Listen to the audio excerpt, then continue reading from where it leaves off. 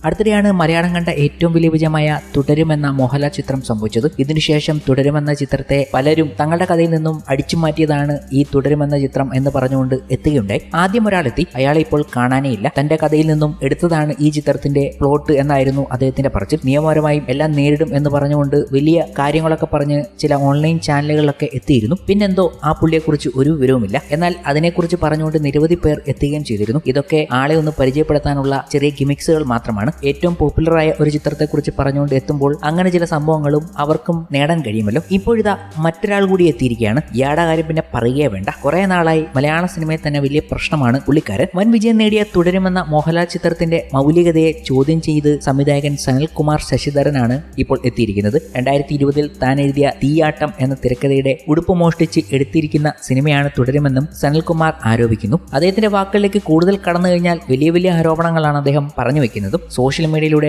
സനൽകുമാറിന്റെ പ്രതികരണം എത്തിയിരിക്കുന്നത്. തുടരുമെന്ന സിനിമ കണ്ടു. 2020 ഞാൻ എഴുതിയ തീയാട്ടം എന്ന സിനിമയുടെ ഉടുപ്പ് മോഷ്ടിച്ച് സിനിമയാക്കിയിരിക്കുന്നതാണ് തുടരും. അതിന്റെ ഉള്ള് എന്താണെന്ന് മനസ്സിലാക്കാനുള്ള വിവരമില്ലാത്തതുകൊണ്ടോ തിരിച്ചറിയാത്ത രീതിയിൽ മാറ്റി എഴുതാൻ മനഃപൂർവ്വം ഒഴിവാക്കിയതോ കൊണ്ട് ഉള്ള് ഇപ്പോഴും ഭദ്രമാണ്. അമ്പി എന്ന ഓട്ടോറിക്ഷ ഡ്രൈവറുടെ ഓട്ടോറിക്ഷയിൽ ഒരാളെ കൊന്ന് അയാളുടെ തല അറുത്തുവെച്ച ശേഷം അമ്പിയെ പോലീസ് കൊടുക്കുന്നതാണ് കഥ. കൊന്നാൽ പാപം തിന്നാൽ തീരും എന്ന എന്റെ തിരക്കഥയിലെ ഒരു ആവശ്യ ഡയലോഗ് ഒരാവശ്യവും ഇല്ലാഞ്ഞിട്ടും ഇതിൽ പറയുന്നുണ്ട്. തെളിവുകൾ ഒന്നും ബാക്കി വെക്കാതെ മോഷ്ടിക്കാൻ വിദഗ്ധരായ കള്ളന്മാർ പോലും ചില കൗതുകങ്ങൾ കൊണ്ട് സ്വയം മറന്നുപോകും. അതുപോലെയാണ് ആ ഡയലോഗിന്റെ പ്രയോഗം എന്ന് തോന്നി. മഞ്ജു വാര്യർ, ടൊവിനോ തോമസ്, മുരളി ഗോപി, സുധീർ കരമന തുടങ്ങിയവർ അഭിനയിക്കുന്ന സിനിമയായി സെഞ്ചുറി പ്രൊഡക്ഷൻ അതിന്റെ നിർമ്മാണം നടത്തുന്നതിനും ധാരണയായിരുന്നു. തിരക്കഥ ഇവരെല്ലാം വായിച്ചിട്ടുള്ളതുമാണ്. 5 വർഷങ്ങൾ വലിയൊരു കാലയളവായതുകൊണ്ട് അവരത് മറന്നുപോയേക്കാൻ സാധ്യതയുണ്ട്. എന്റെ തിരക്കഥ ഉടൻ ഇവിടെ പ്രസിദ്ധീകരിക്കുന്നതാണ്. അതേസമയം തുടരും സിനിമയുടെ കഥ KR സുനിൽ നിർമ്മാതാവായ രജപുത്ര രഞ്ജിത്തിനോട് 12 വർഷങ്ങൾക്ക് മുൻപ് പറഞ്ഞതാണെന്ന് ഇരുവരും ചിത്രത്തിന്റെ പ്രീ റിലീസ് അഭിമുഖത്തിൽ പറഞ്ഞിരുന്നു. മോഹൻലാലിനോടും ഏറെ മുൻപ് പറഞ്ഞ കഥയാണ്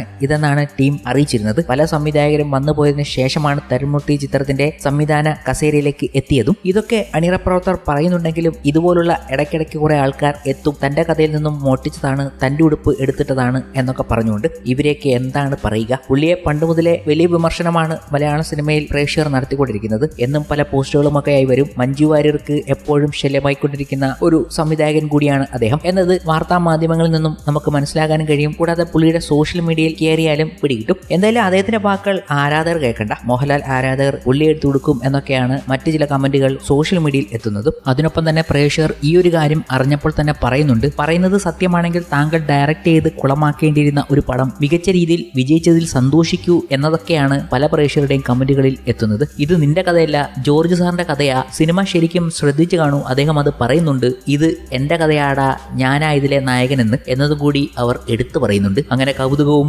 ചിരിപടർന്നതുമായ കമന്റുകൾ കൊണ്ട് നിറയുകയാണ് സോഷ്യൽ മീഡിയ. എന്നാൽ ഇവിടെ മലയാളം കണ്ട ഏറ്റവും വലിയ ഹിറ്റാണ് തുടരുമെന്ന ചിത്രം നേടിയത്. ഇൻഡസ്ട്രി ഹിറ്റ് പോലും അടിച്ചു നിൽക്കുകയാണ് തുടരുമെന്ന ചിത്രം. അതുകൂടാതെ OTT ഇറങ്ങിയപ്പോൾ ഗംഭീര അഭിപ്രായവും ചിത്രം നേടി. എന്നിരുന്നാലും ചിത്രം തിയേറ്ററുകളിൽ നിന്നും പോയിട്ടില്ല എന്നതാണ് മറ്റൊരു കൗതുകം. വീക്കെൻഡിൽ ഗംഭീര കളക്ഷനും ഈ ചിത്രം നേടുന്നുണ്ട് എന്നതും കാണാൻ സാധിക്കുന്നു. നിർമ്മാതാക്കൾ പോലും ഇത് അവകാശപ്പെട്ട് എത്തുകയും ചെയ്തിരുന്നു. OTTയിൽ റിലീസ് ചെയ്തിട്ടും തിയേറ്ററുകളിൽ ഇപ്പോഴും തുടരുമെന്ന ചിത്രം റൺ ചെയ്തുകൊണ്ടിരിക്കുന്നു എന്നത്. ഇതിന്റെ ഭാഗമായി കഴിഞ്ഞ ദിവസങ്ങളിൽ 50 ദിവസത്തിന്റെ പോസ്റ്റർ പോലും ഇറങ്ങിയുണ്ടായി. ഒരു മോഹൻലാൽ ചിത്രത്തിന് പോസിറ്റീവ് അഭിപ്രായം വന്നാൽ അത് സിനിമാ വ്യവസായത്തിന് പകരുന്ന ഊർജ്ജത്തെക്കുറിച്ച് ഇൻഡസ്ട്രിയിൽ പണ്ട് മുതലേ പ്രചരിക്കുന്ന ചില വിലയിരുത്തലുകൾ ഉണ്ട്. അത് മലയാള സിനിമയ്ക്ക് ഒരിക്കൽ കൂടി തെളിയിച്ചു കൊടുക്കുന്ന ചിത്രമായിരുന്നു തുടരും. വലിയ പ്രീ റിലീസ് പ്രൊമോഷണൽ ബഹളങ്ങളില്ലാതെ ഏപ്രിൽ 25-ന് ചിത്രം തിയേറ്ററുകളിൽ എത്തിയത്. എന്നാൽ ആദ്യ ഷോകൾക്കിപ്പുറം ചിത്രം വലിയ ഹിറ്റ് ആകുമെന്ന് ഉറപ്പായി. അത്രയും പോസിറ്റീവായ അഭിപ്രായങ്ങളാണ് കാണികളിൽ നിന്നും എത്തിയത്. ഇപ്പോഴത്തെ ചിത്രം തിയേറ്ററുകളിൽ 50 ദിവസങ്ങൾ പൂർത്തിയാക്കുകയാണ്. ഇതുവരെയുള്ള ബോക്സ് ഓഫീസ് നേട്ടം അത്